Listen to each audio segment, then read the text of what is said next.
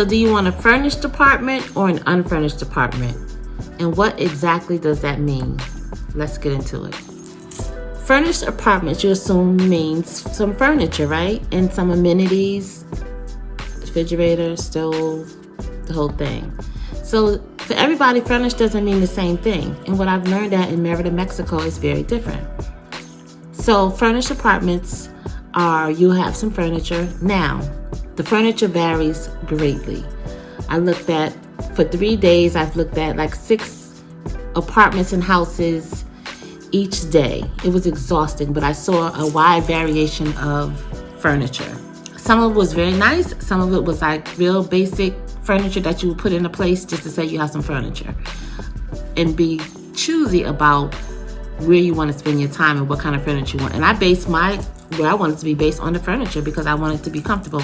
And I want it furnished. If you're going to sign a year lease, you want to at least be comfortable. That was one of the things I based my decision on, the furniture. So there's that. Now, furnished, let me tell you what furnished comes with. Furnished comes with, your basic furniture, your beds, your couch, your tables. Again, I have a friend, she has a table, but it's a conference table, and that's her dining room table. So again, you got to really pay attention and make some choices based on also what's in the apartment. You have your major appliances. Again, that varies based on the owner. Most places have stoves or stove tops. There'll be very few places that you see that have an oven. I also wanted a place that had an oven. So you think that's standard in most furnished apartment places in the States? It is. In Mexico, it is not. Also, don't sign anything before you get here. Don't do the sight unseen. Yes, places go fast. And even in my 3-day window, we had appointments booked, say for the next day. Even getting to the next day, those places were already gone because places move fast. However, don't get caught up in trying to jump on something because you want it. It's going to be gone. Let it be gone. If it's gone, it wasn't yours. People are signing things and making agreements before they even see a place. Wrong move. There's lots of scams happening because I think there's been a great influx of people coming and people are taking advantage of that. I've heard lots of stories since I've been here of crazy things happening that you would not think people would do, but they are. Like, who would sign a lease and you never seen the place? Like, why would you send somebody money you haven't seen the place? Don't do it. Wait till you get here and sign. My signing for my place was like you think I was getting a mortgage. There was a lawyer. We were sitting at the table. There was a lawyer there. We're going through each page of the document, signing. Like, I had to sign 12 receipts so that every time I paid, they give me a receipt saying I paid. Like, it was real official, real legal. If you don't have that process and somebody's doing something under the table, you don't have anything signed, be prepared to deal with whatever comes with that. There's a whole process. Also, the other thing is that what I've seen as standard is be prepared to pay 3 months of whatever that rent is. If it's $15,000, which is about $750 US dollars, be prepared to be able to pay that 3 months in advance. Now, most people want the 2 months deposit. What's negotiable, what looks different for people is that third payment, which is the lawyer fee, which could be anywhere from half of that month of rent to the whole thing. Some people require different things. I recently heard of someone saying that they were asked to pay a furniture deposit or a furniture warranty. New stuff. So ask about everything that you would need to pay. All monies that are going to be required of you, ask about what those are. Don't make any assumptions. Things are different. It's not the same. There's no credit check. You come with your money and you get your apartment. You sign the lease. Again, and you have that lawyer. They're called notaries, which is equivalent to our lawyers. They're appointed by the state. And so it's really official. Make sure you have all those things in place when you're signing up for your apartment. Being single and by myself, security was a factor. Merida, of course, is the safest city in Mexico. Number 2 in North America, only second to Quebec. I didn't feel unsafe. However, I picked a place also that was secured, gated community, security at the desk. You can't just roll up on me. You gotta go. They'll know you coming. If somebody comes, even a delivery, and I forgot to tell the front desk, they're not getting in. So I wanted that level of security, and I'm paying for that level of security, and that's okay. That's my negotiable. Well, that wasn't negotiable for me. That I needed that, especially my first year figuring out the whole layout of the land, the scenery, the whole thing. So I am also in walking distance to a mall. There's malls everywhere. There's Costco. there's Home Depot. There's lots of the comforts of home. So for the first year, I felt like I needed that. Maybe next year I'll be somewhere else. Maybe next year I'll be downtown in the mix of everything in a house. Now, I could have found a house cheaper than my luxury apartment. However, that's not what I want. I didn't want a whole house by myself yet. I didn't want the responsibility of a house yet that came with having somebody take care of the pool, somebody come do some cleaning. Like, I didn't want that yet. However, for the same price of what I'm paying, I could have still got that.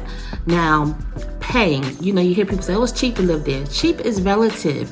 And I wouldn't even need to use the word cheap. I would say inexpensive compared to, of course, the States. So I have a 3-bedroom, 3-bath apartment, and that comes out to about $950 maybe a month.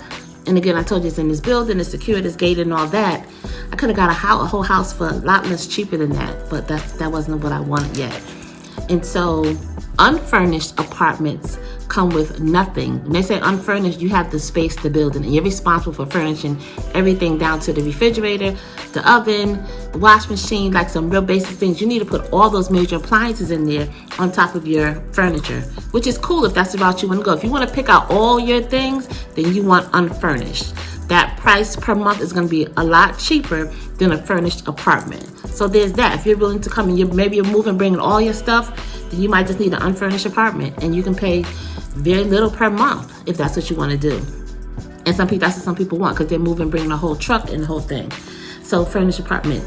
The amenities, again, vary based on where you're living. I wanted a place with a pool, a work center, the whole thing that an apartment complex will give you. So you have all that.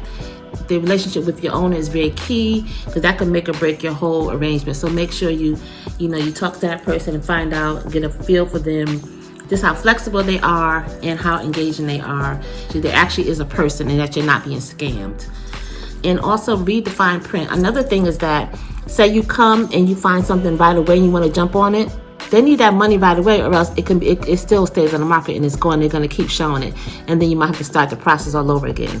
So what I did is I brought with me enough pesos, at least for 2 months, so that I wouldn't have to keep going to the ATM every day. Every day I go to the ATM, you only can get out a certain amount. That's another day gone that my apartment might be gone. So come with some pesos. If you know you're coming and you want to sign a lease and find a place, come with some pesos, at least about that will cover 2 months of your rent, so that you don't have to continue to go pay those ATM fees. One, you're ahead of it. You don't have to have so many days that you're looking to get cash. The other thing to do is that if you don't have an account that's going to charge you ATM fees, you want to maybe get a child swab account that's not going to charge you those fees. Transfer your money to there, and when you go to the ATM anywhere, you'll be covered. And also you're going to get good conversion rates on your dollar. I think I covered everything. If you have any questions about something, let me know. There's some beautiful, beautiful places here. There's some beautiful places being built. I can't wait to see where I'm next year. There's some really nice places coming up. There's some beautiful homes, nice areas. I love it. I'm loving all of it. But again, ask all the questions. Don't do anything sight unseen.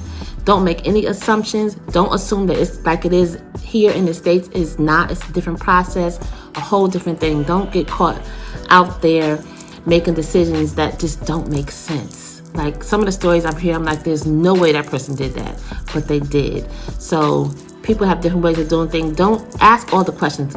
Over ask. Don't send any money to anybody without doing anything. Don't sign anything. None of that. Just come see it physically, feel it, touch it, see what's around it. You want to see the area. And a lot of places are showing you pictures of when that place was just built 10 years ago. You get there and be like, this is not the picture. Yeah, that was the place 10 years ago, but that's no longer what the place looks like. So you want to come and see it for yourself. Okay, so any questions, let me know. I will put, again, my realtors down here that I used.